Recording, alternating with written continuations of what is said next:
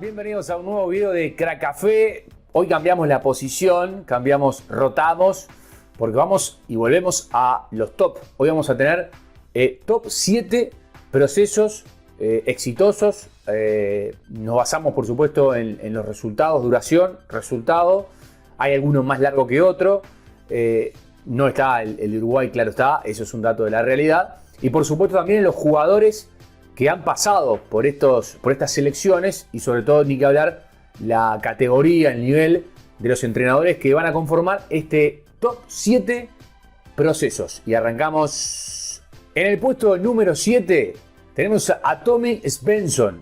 Tiene una buena trayectoria como futbolista, tiene un parecido físico a Bocchini, ídolo de Independiente de Avellaneda. Llegó en el año 1992 para asumir este proyecto sueco.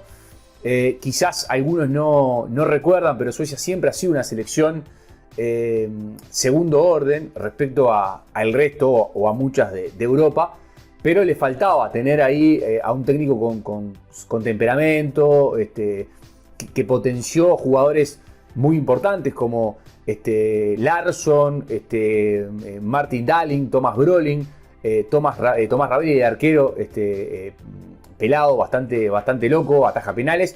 Y es más, y yo siempre digo esto, y acá voy a tomar, porque hoy en Google está todo, pero este es el álbum del Mundial, y justamente acá esta es la selección de Suecia, que estamos haciendo referencia. Por ejemplo, es el loco Ravelli, ¿no? Cara de loco. Y bueno, aparece Thomas Brolin, por ejemplo, que jugaba en el Parma en ese momento. Y bueno, lo que decíamos de Dahlin, delantero del Borussia M, porque si pronuncio Mönchengladbach, ahí jugaba Thomas Dahlin. Y después, bueno, algunos otros jugadores que tenía, por supuesto no puede faltar un Nilsson, un Andersson, en esa selección que era dirigida por Svensson, que lamentablemente en ese momento no había dinero para comprar la figurita, ¿no? Faltó la figurita 391.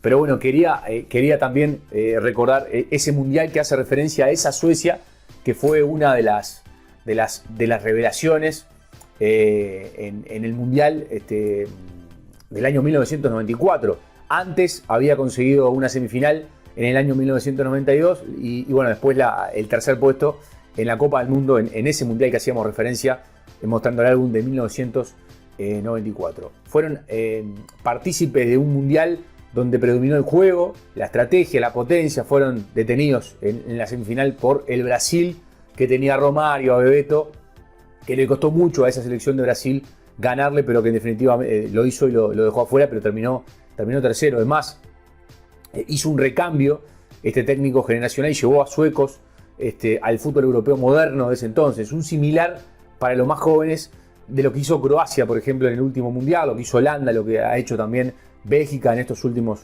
torneos mundiales. Después Svensson renunció en el año 1997 por no clasificar a la Eurocopa 96 y al Mundial 98. Fue un proceso exitoso porque a pesar de no ser campeón, no era fácil para Suecia ser campeón, tuvo un protagonismo a nivel mundial que ni siquiera el propio Zlatan pudo hacer. Es decir, Zlatan agarró una generación que no fue tan buena como la de Tommy Svensson en el puesto número 7 de este top. En el puesto número 6 vamos a hablar de Felipao, de Luis Felipe Scolari, técnico de Brasil. Vamos a hablar de Scolari en el primer ciclo como técnico de la Canariña. Fue ayudante, ¿se acuerdan? De Parreira en el 94. Y después llega en un momento donde la selección estaba pasando una situación bastante compleja, donde habían jugadores que no respetaban a los entrenadores, una situación bastante delicada. Bueno, llega en el 2001, toma un equipo de estrellas, esa es la realidad.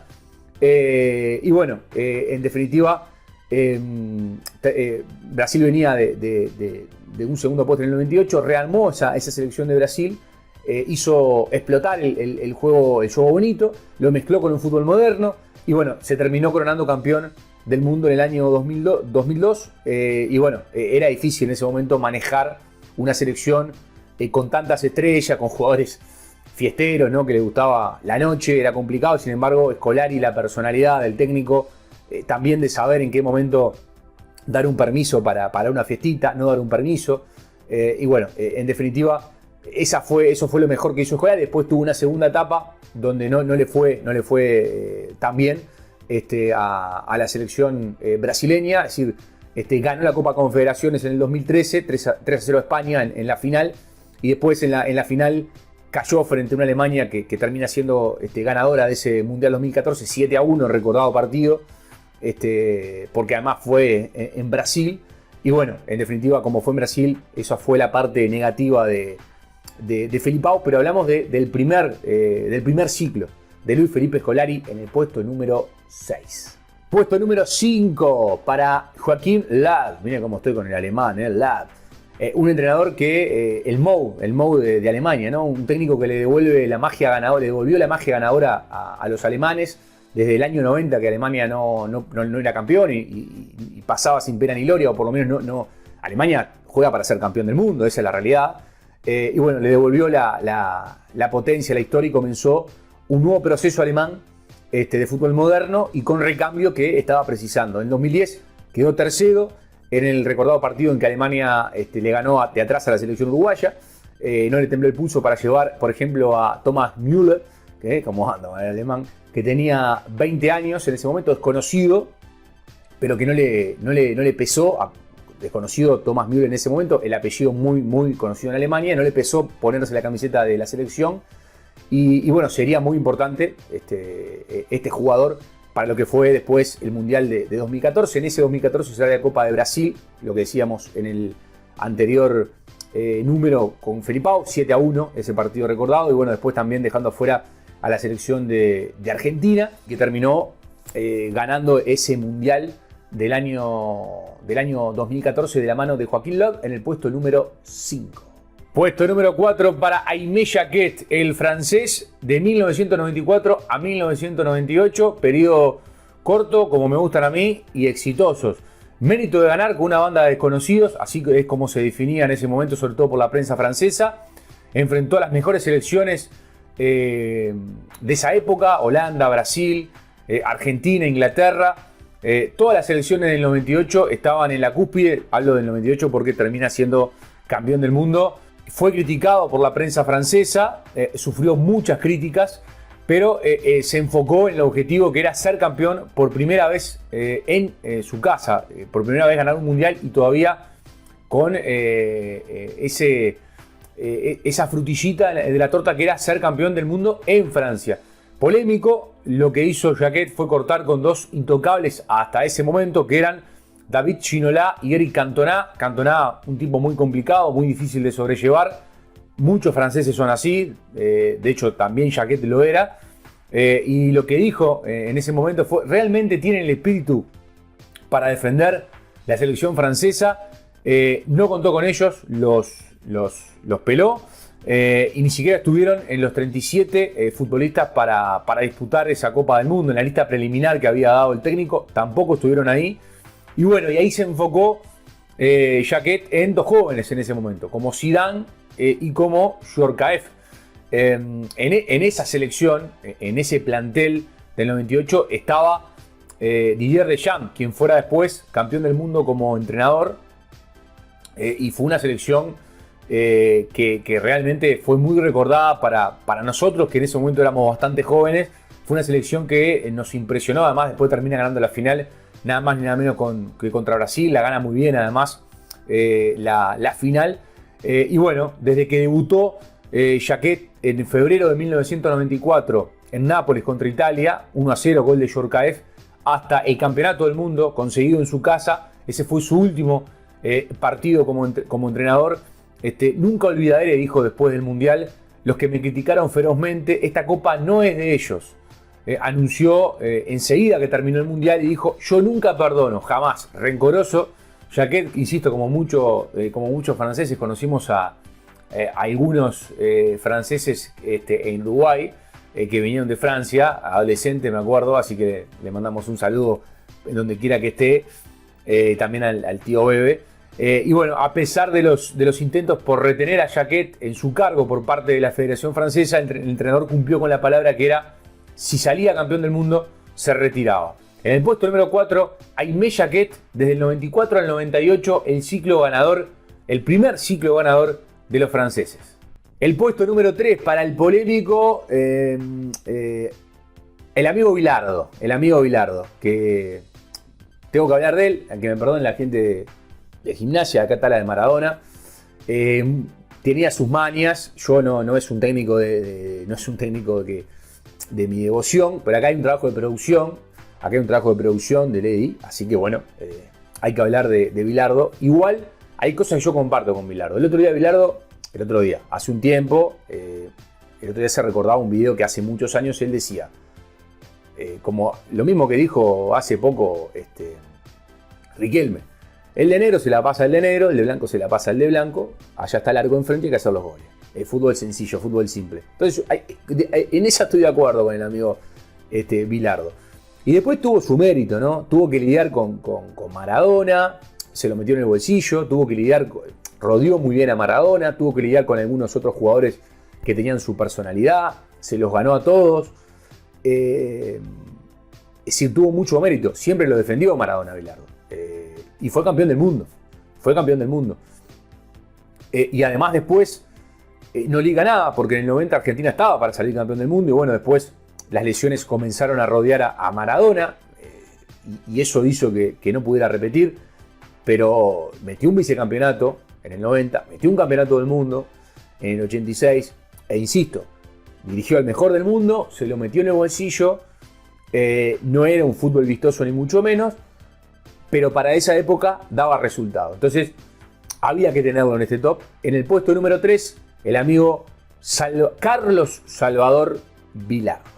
En el puesto número 2, otro francés que aparece, Didier Deschamps, que ya lo mencionamos en el puesto número 4 con el técnico Jacquet. Era jugador de aquel año 1998. Arrancó jugando en el Aviron Bayona, en el Aviron Bayonais, que es el equipo de su pueblo, de Bayona, del País Vasco francés. El estadio del equipo lleva el nombre de Didier Deschamps. Allí comenzó jugando al rugby en ese equipo. Después pasó al fútbol porque era un tipo muy potente, con mucha fuerza y por supuesto con mucha técnica. Y de ahí pasa a jugar en Nantes. Después el recorrido que se conoce, algunos de los equipos, por ejemplo, bueno, la Juventus, el Chelsea, obtuvo como jugador un montón de trofeos a nivel de Europa, a nivel local, de Serie A, a nivel de Champions, Europa League. Es decir, tiene una cantidad de palmares Didier Deschamps como jugador y después una carrera no tan extensa como entrenador porque arrancó dirigiendo el Mónaco, pasa a la Juventus y enseguida toma el mando de la selección francesa. Y ahí cuando agarra la selección, que vendría a ser su tercera experiencia como entrenador, bueno, hasta el día de hoy lleva adelante un proceso largo, es cierto, pero exitoso, porque Didier Deschamps termina consiguiendo una Copa del Mundo, una más, esta vez fuera de su casa, una selección que de repente era práctica, no digo que sea una selección que arrasaba con los rivales, pero que te ganaba, que te terminaba pasando por arriba, que te terminaba ganando y te terminaba ganando bien, con jugadores como Griezmann, por ejemplo, que pasaban por un gran momento. Y bueno, esa selección francesa dirigida por Didier Deschamps, un técnico que además se da el lujo de ser campeón del mundo, como jugador y como entrenador. 2 estrellas, 2 Copas del Mundo, 2 palmares tiene Francia en lo máximo, que es ganar una Copa del Mundo. Y ahí estuvo Didier Deschamps, como jugador, insisto, por clave, importante, y como técnico después en este ciclo exitoso que continúa actualmente como técnico de la selección gala. En el puesto número 2, Didier Deschamps. En el puesto número 1, un ganador también, primera vez en la historia que levantaba una Copa del Mundo esa selección, euforia total, sobre todo en Madrid. Hablamos de España, hablamos de Vicente del Bosque. Bueno, entendamos que la Furia, la Roja o como quieran llamarle, había pasado varias generaciones de buenos futbolistas. En los 80, los 90, Zubizarreta, Hierro, Guardiola, Luis Enrique, pero no salían campeones, no podían concretar. Tenían buenos partidos frente a selecciones importantes, Alemania, Inglaterra, Brasil, Argentina. Bueno, recuerden el Mundial del 90 con los uruguayos, con nosotros, el penal de Rubén Sosa en ese partido. Es decir, no podían, tenían una gran materia prima, pero no podían definir, no podían terminar de ser campeones. Y bueno, Del Bosque llega en el año 2008 y obtiene el tercer puesto en Copa Confederaciones 2009, que eso más o menos. Pero después viene la gran Copa del Mundo que hace España, que se queda con esa final en Sudáfrica. Y bueno, le ganaba a los Países Bajos 1-0 y una euforia en Madrid. El saludo para toda la gente, para toda la comunidad uruguaya que está en Madrid y viceversa. Y bueno, después sí se da todo lo que... es más, un dato no menor, la Eurocopa 2012 la gana también, y es un dato no menor, por eso digo, le gana 4-0 a Italia, 4-0 a Italia, y es el segundo entrenador en la historia del fútbol en conseguir el doblete mundial, sí, mundial Eurocopa, tras Helmut Schön. España disputa la Confederaciones 2013 como vigente campeona de Europa y del mundo. La selección termina subcampeona tras ser derrotada 3-0 en la final frente a Brasil, y en la Copa del Mundo 2014 ya sabemos que no le fue bien y bueno, termina eliminada también de la Eurocopa 2016, y la Real Federación Española de Fútbol anunció mediante un comunicado el 4 de julio de ese año que Del Bosque no continuaba como seleccionador. Y bueno, Del Bosque dijo: me retiro, y la verdad que se retiró un ganador, y fue un proceso realmente muy bueno, y de menos años, como digo, me gustan los procesos cortos. Así que bueno, que espero les haya gustado este top 7 procesos exitosos. Como dijimos, nos basamos en tiempo, duración de tiempo, éxito de los entrenadores, teniendo en cuenta los jugadores que tiene y por supuesto los resultados. Como siempre, pueden debatirnos, pueden dejar su like y se pueden suscribir a nuestro canal. Habrá más Crack Café para compartir.